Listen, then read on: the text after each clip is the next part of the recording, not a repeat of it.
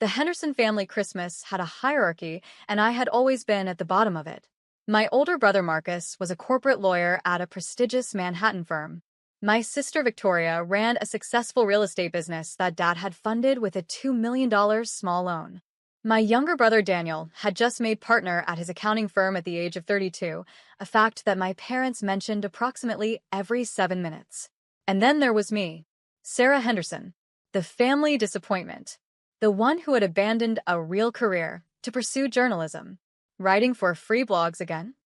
Dad asked, his voice carrying across the formal dining room as the family gathered around the Christmas table. 23 relatives turned to look at me, their expressions ranging from pity to amusement. I saw your name on some website the other day. Couldn't even load properly on my phone. I took a bite of my turkey. It's investigative journalism, Dad. Is that what they call it now? Mom added, shaking her head with that particular expression of maternal disappointment she had perfected over 31 years. So embarrassing. I couldn't even tell the ladies at book club what you do. I just said you were in communications. Victoria's Nortez. Communications. That's generous, Mom. She adjusted the diamond tennis bracelet Dad had given her that morning, a Christmas gift that probably cost more than my annual salary at the newspaper where I worked before going independent.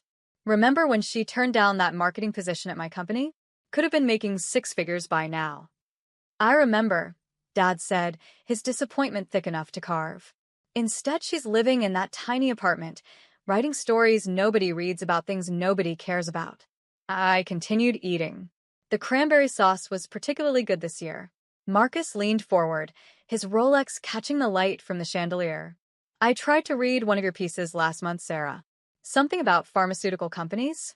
Couldn't get through the first paragraph. Too dense. Too boring. That's probably why you're not getting any traction. Maybe if you wrote something people actually wanted to read, Daniel chimed in, like lifestyle content, recipes, travel tips, something with mass appeal. That's not the kind of journalism I do, I said quietly. That's the problem, Dad said. You don't do the kind of journalism anyone wants. You spend months on these investigations that get, what, a few hundred views?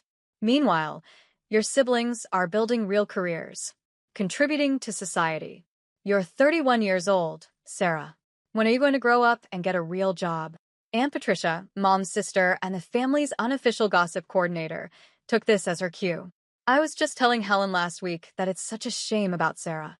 All that education, all that potential, and she's throwing it away on these little blog posts. And still single. No husband, no children, no career to speak of. It must be so hard for you, Margaret. Mom nodded solemnly. It is, Patricia. It truly is. We did everything right with her. Private schools, the best opportunities. And this is what we get. At least she's not asking us for money anymore, Dad muttered, though loud enough for everyone to hear. That's one improvement, I suppose. I hadn't asked them for money since I was 24, but pointing that out would only extend the conversation, so I reached for more mashed potatoes instead. Cousin Bradley, Victoria's husband and the family's resident finance expert, decided to pile on. You know, Sarah, I ran some numbers the other day. Just out of curiosity. Based on what you would have earned if you'd taken the marketing position Victoria offered, you've lost approximately $400,000 in potential income over the past 7 years. That's not counting compound interest, retirement contributions, or benefits. Thank you for that analysis, Bradley, I said. I'm just saying, from a purely financial perspective, your choices have been suboptimal. He adjusted his designer glasses with a self-satisfied smirk. Some people just aren't built for success, I suppose. No shame in that. My younger cousin Melissa, fresh out of business school, chimed in. I actually read somewhere that journalism is a dying industry. Like, literally dying.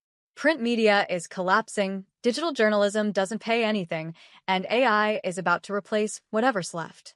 Have you thought about pivoting to something more sustainable? Content marketing, maybe? Or social media management? Those are actually in demand. I'll keep that in mind, I said, taking a sip of water. Uncle Richard, Dad's brother and a retired banking executive, leaned forward with the expression of someone about to deliver profound wisdom. The problem, Sarah, is that you've always been too idealistic, too concerned with making a difference instead of making money. In the real world, idealism doesn't pay the bills. You can't eat principles. You can't retire on righteousness. That's a valid perspective, I acknowledged. See, that's exactly what I mean, he continued. You're too agreeable. No killer instinct. In my day, I would have argued back, defended myself, but you just sit there and take it. That passivity is probably why your career never went anywhere. I simply nodded and continued eating. The passivity he was criticizing was, in fact, strategic patience. I had learned long ago that arguing with this family was pointless. They had already decided who I was. Words wouldn't change that. Evidence might. My phone buzzed in my pocket. I ignored it. It buzzed again. And again. Can you silence that thing? Victoria snapped. We're trying to have a family dinner here. Though I suppose you wouldn't know about professional etiquette working from your apartment in your pajamas. The phone buzzed again. I pulled it out just enough to glance at the screen. The name there made my heart stop for exactly 1 second before I schooled my expression back to neutral. Probably another rejection email, Marcus said with a laugh. Or maybe a request for free content. That seems to be all you're worth these days. I slipped the phone back into my pocket without answering. The timing would need to be perfect. The conversation moved on to the annual Henderson Achievement Parade. Marcus was handling a merger worth $300 million. Victoria had just closed on a waterfront property development. Daniel's firm had been featured in Financial Times. And what about you, Sarah? Grandma Eleanor asked, her voice quavering but her eyes sharp as ever. She was 92 and still the most perceptive person in the family. What have you been working on, dear? Before I could answer, Dad cut in. She's been working on the same thing she's always working on, Mother. Nothing that matters. Nothing that pays. Nothing that we can be proud of. I looked at Grandma Eleanor and smiled slightly. I've been working on a series about corruption in the pharmaceutical industry. Price-fixing schemes that have cost American patients billions. See. Victoria rolled her eyes. Conspiracy theories. That's what she does now. Writes conspiracy theories for her little blog. It's not a blog, I said calmly. It's published in. Does it matter where it's published if nobody reads it? Marcus interrupted. Sarah, we're not trying to be cruel. We're trying to help you see reality. You're 31. You have no savings, no retirement plan, no real career path.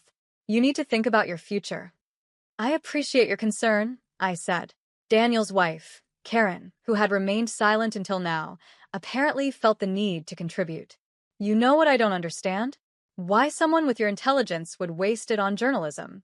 You were always the smartest one in this family, Sarah. Everyone knew it, but you've done nothing with it. It's almost like you're trying to fail. Maybe she is, Victoria muttered. Some people are addicted to struggle. They find comfort in being the underdog.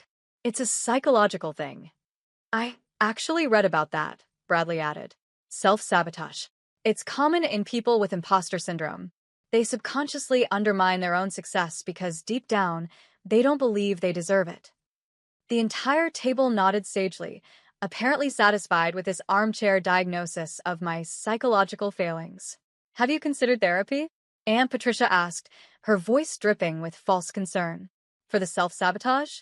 I know a wonderful psychiatrist, very discreet. No one would have to know. I appreciate the recommendation, I said evenly. Concern isn't going to pay your rent, Dad said. Have you considered going back to school? Learning something practical? Accounting like Daniel? Or law like Marcus? It's not too late to make something of yourself. Mom nodded vigorously. We could help with tuition. Consider it an investment in your future. Because right now, sweetheart, you don't have one. My phone buzzed again. This time, it rang. I had been expecting this. Sarah, Dad said warningly. We're at dinner. I apologize, I said, pulling out my phone. But I need to take this one. Do you mind if I put it on speaker?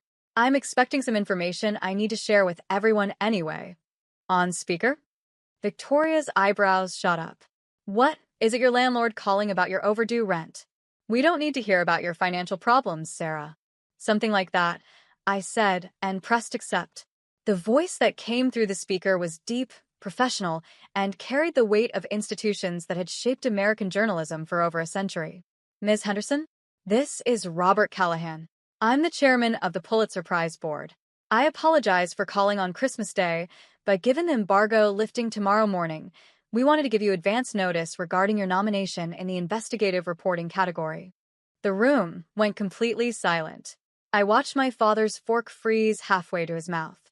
My mother's wine glass tipped slightly in her grip. Marcus's expression shifted from condescension to confusion to something I had never seen on his face before: uncertainty. "Thank you, Mr. Callahan," I said evenly. "I appreciate the call." "I have to say," the chairman continued, his voice warm with genuine enthusiasm, "your investigation into the pharmaceutical price-fixing conspiracy was extraordinary. 18 months of work, 200 sources, documentation that led to 3 federal indictments and the resignation of 4 pharmaceutical CEOs. The board was unanimous in their assessment. Your series fundamentally changed federal policy on drug pricing oversight." Victoria's tennis bracelet glinted as her hand trembled against the white tablecloth. "I was just doing my job," I said. "Your job saved American patients an estimated $47 billion over the next decade, according to the Congressional Budget Office analysis. That's not just journalism, Ms. Henderson. That's public service of the highest order." Dad finally set down his fork. His face had gone pale.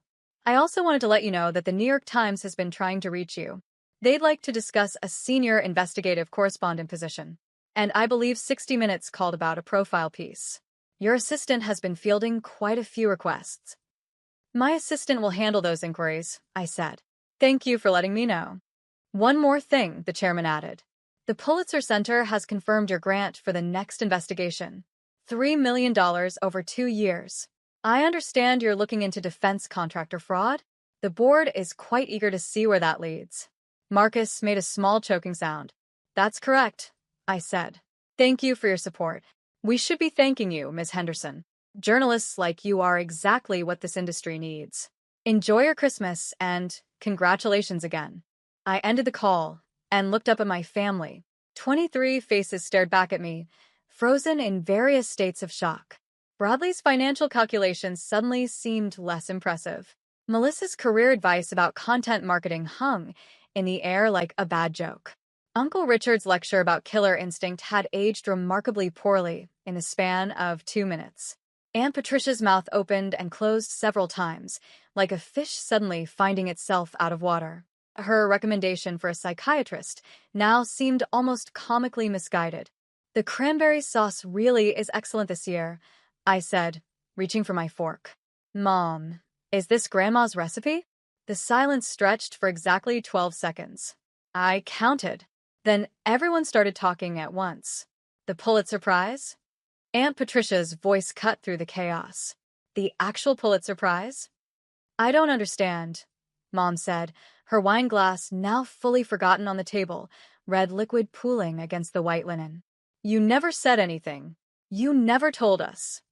"You never asked," I said simply. "You assumed." Dad's face had shifted from pale to a deep, uncomfortable red. "That investigation," he mentioned, "the pharmaceutical one, that was in the Washington Post. I saw the headlines. I didn't realize I never connected. You never read my byline."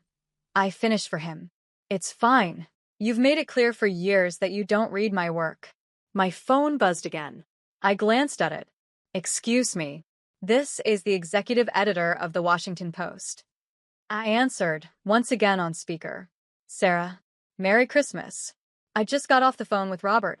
I wanted to be the first to congratulate you. Well, second, I suppose. The newsroom is beside itself. We're running a special feature tomorrow on the investigation.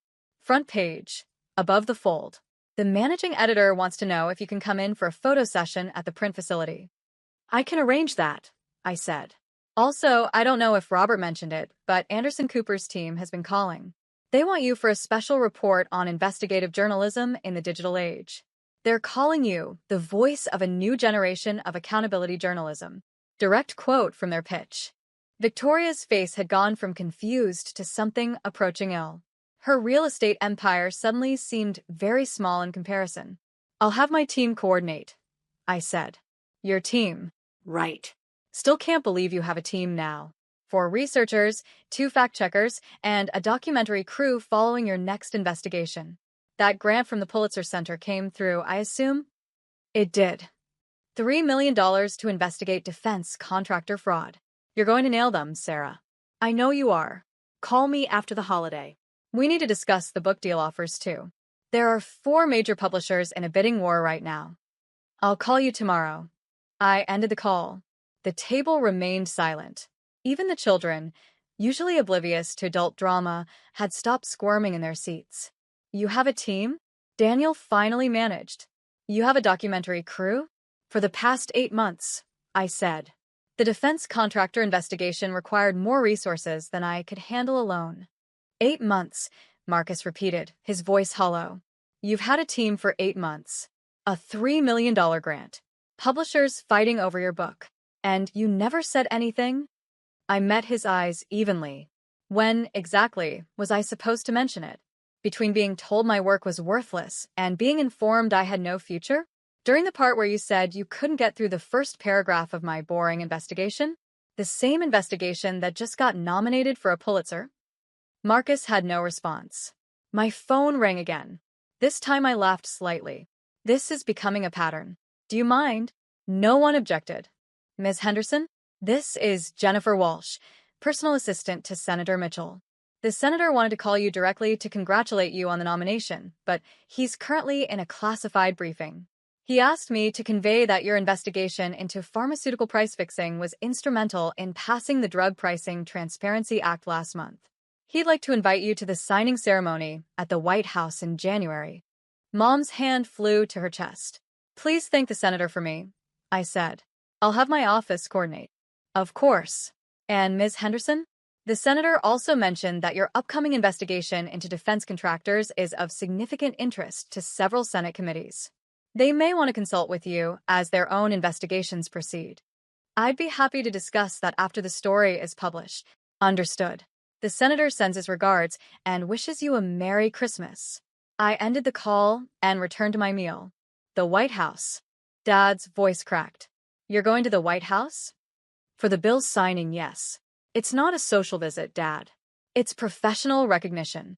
Professional recognition, he repeated weakly. Grandma Eleanor was the first to break the strange, suspended silence that had fallen over the table. She reached over and patted my hand, her aged fingers warm against my skin. I always knew, dear, she said softly. I read every single one of your pieces. Subscribe to the Washington Post specifically for your work. That pharmaceutical investigation was brilliant. The way you traced the money through 17 shell companies. Masterful. I squeezed her hand. Thank you, Grandma. You didn't need their approval, she continued, loud enough for everyone to hear. You never did. You had mine. And now you have the approval of the most prestigious journalism institution in the world. I imagine that feels somewhat satisfying. It does, I admitted. Dad pushed back from the table, his chair scraping loudly against the hardwood floor. Sarah, He stopped, struggling for words. Why didn't you tell us? We could have supported you. We could have. Supported me? I kept my voice gentle, but the words still landed like stones. Dad, I have told you. Every family dinner, every holiday, every phone call. I told you I was working on important investigations. I told you I was published in major outlets. I told you I was making a difference. You chose not to believe me. You chose not to read my work. You chose to assume I was failing because my success didn't look like what you expected. Mom's eyes had filled with tears. We didn't know, sweetheart. We didn't understand. You didn't want to understand. I corrected gently. There's a difference. Marcus is a corporate lawyer who helps wealthy companies avoid accountability. Victoria sells overpriced properties to people who can barely afford them. Daniel's firm was recently investigated for questionable billing practices. Yes, Daniel, I know about that. I'm an investigative journalist, remember? But those careers were impressive to you because they came with fancy titles and visible wealth. Daniel went pale. How did you? That investigation is sealed. I have sources everywhere, I said mildly. It's kind of my job. Victoria's face had gone from ill to furious, but she seemed unable to formulate a response. Her diamond bracelet caught the light again as she gripped the table's edge. The Pulitzer Prize, Aunt Patricia said suddenly, as if the words had just fully registered. The Pulitzer Prize. Do you know what that means? That's the Nobel Prize of Journalism. That's the most prestigious award a journalist can receive. Sarah, you're going to be famous. I supplied. Probably. The Washington Post feature runs tomorrow. 60 Minutes is filming next month. The book will be published next fall. And the documentary about the pharmaceutical investigation is already in post-production. Netflix acquired the rights last week. Netflix. Mom whispered. Seven-figure deal. I confirmed. They're calling it the conspiracy you paid for. It's about how pharmaceutical companies colluded to overcharge American patients by billions while regulators looked the other way. The silence that followed was different from before. This wasn't shock or confusion. This was the slow, uncomfortable realization of exactly how wrong they had been, and for how long. My phone buzzed again. I checked it and smiled slightly. One more call, I said. This one's important. I answered on speaker. Sarah, it's David Chen from Columbia Journalism School. I'm calling because the board has made a decision about the endowed chair position. They'd like to offer you the Henderson Chair of Investigative Journalism. It comes with a full professorship, a research budget, and the opportunity to train the next generation of investigative reporters. The irony of the chair's name wasn't lost on us, by the way. Your family's donation from decades ago funded the position you've now earned on your own merit. Dad's face went through several colors in rapid succession. The Henderson Chair, I repeated, unable to suppress a small smile. That is rather ironic, isn't it? Your grandfather established it 40 years ago, and now his granddaughter will hold it. I imagine he would have been proud. I hope so. Take your time with the decision. There's no pressure. But Sarah? Speaking personally, not as a board member, your work is extraordinary. The students at Columbia would be lucky to learn from you. Thank you, David. I'll be in touch after the holiday. I ended the call and looked around the table at my family.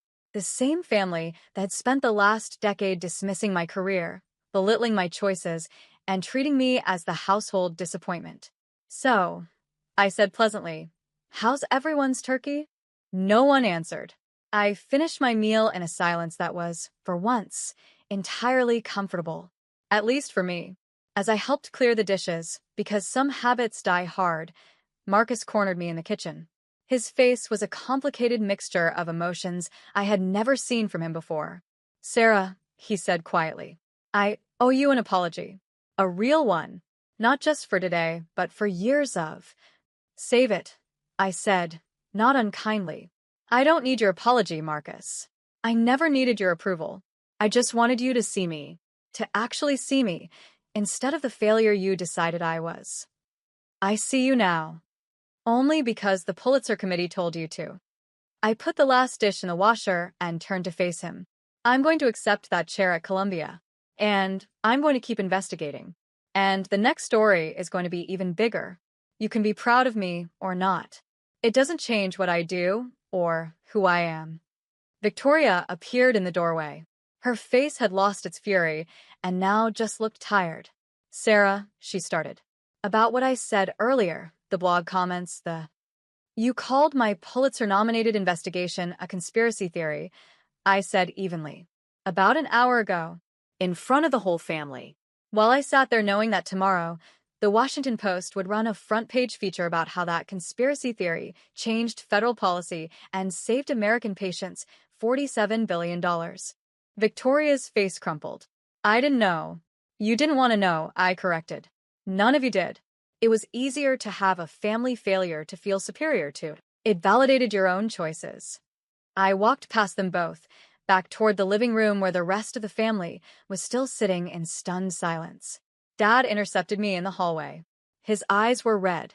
Your grandfather would have been proud, he said roughly. The chair, the Henderson chair, he would have loved that you earned it. Not through family connection. Through your own work. I know, I said. That's why I'm accepting it. Sarah, he stopped struggling again. I'm sorry. I should have read your work. I should have paid attention. I should have. You should have, I agreed. But you didn't. And I became who I am anyway. Not because of this family's support, but in spite of its absence. He nodded slowly, accepting that truth. I gathered my coat and bag from the hall closet. My car was parked outside, and I had a documentary crew to meet tomorrow, a newspaper photo shoot to prepare for, and a defense contractor investigation that needed my attention. "You're leaving?" Mom appeared, her makeup slightly smeared from tears. "But it's Christmas. We haven't even done presents yet." "I think I've received enough today," I said gently. "The phone calls, the validation, the looks on your faces when you finally understood." "That's not fair," she whispered. "No," I agreed. "It's not. But neither were the last 10 years of being treated like the family disappointment. I think we're even now." Bradley appeared behind Mom, his earlier smugness completely evaporated. "Sarah, about those financial calculations I mentioned, I didn't mean to imply." "You implied exactly what you meant to imply," I said pleasantly. "You were trying to quantify my failure in dollars and cents. Shall I tell you what the Netflix deal was worth? Or the book advance? Or the $3 million grant? Would that make your spreadsheet more accurate?" He swallowed hard and said nothing. Melissa rushed up next, her business school confidence nowhere to be seen. "Sarah, I was just trying to help with the career advice. I didn't know you were already that you had." "Already successful?" I supplied. "Already accomplished? Already everything you assumed I wasn't." She nodded miserably. "Here's some career advice for you, Melissa. Never assume you understand someone else's career better than they do, especially when you haven't bothered to actually look at their work." Uncle Richard was the last to approach, his banking executive confidence notably diminished. "That killer instinct comment I made was ironic," I finished. "Given that I've spent the last 18 months methodically dismantling a pharmaceutical conspiracy that involved some of the most powerful corporations in America, I think my killer instinct is fine, Uncle Richard. I just choose my battles more carefully than you do." I kissed Grandma Eleanor goodbye, the only family member who had ever believed in me, and walked out into the cold December evening. Behind me, I heard the family erupting into frantic conversation. Questions about my work, my success, my future. All the things they could have asked at any point over the last decade, if they had cared enough to listen.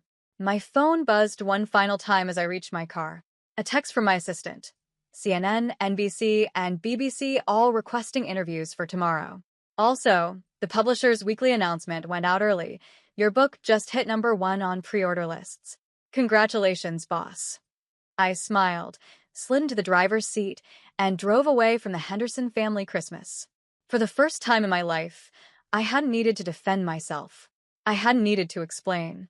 I hadn't needed to argue or justify or prove anything. The Pulitzer Committee had done it for me. The Washington Post had done it for me. The senator, the Netflix deal, the Columbia chair, they had all spoken louder than I ever could. And next Christmas, when I returned, if I returned, everything would be different. Not because I had changed, but because they had finally seen what had been true all along. The failed journalist they had mocked for a decade was the most successful Henderson of them all. They just hadn't bothered to read my byline. 3 months later, I stood at the podium in Columbia University's Low Library, accepting the Henderson Chair of Investigative Journalism. The ceremony was covered by every major news outlet. My family watched from the audience. All of them, for the first time in years, silent and respectful. The Pulitzer Prize ceremony followed in April. In my acceptance speech, I thanked my grandmother, my editors, and my sources, the people who had believed in me when it mattered. I did not thank my family. Some omissions speak louder than words. The Netflix documentary became the most watched in the platform's history. My book hit #1. And through it all, my family watched from the sidelines, finally seeing what had been true all along. Because in the end, the best revenge isn't served cold. It's served with a Pulitzer Prize, a Netflix deal, and the quiet satisfaction of knowing you became everything they said you couldn't be. All while they weren't paying attention.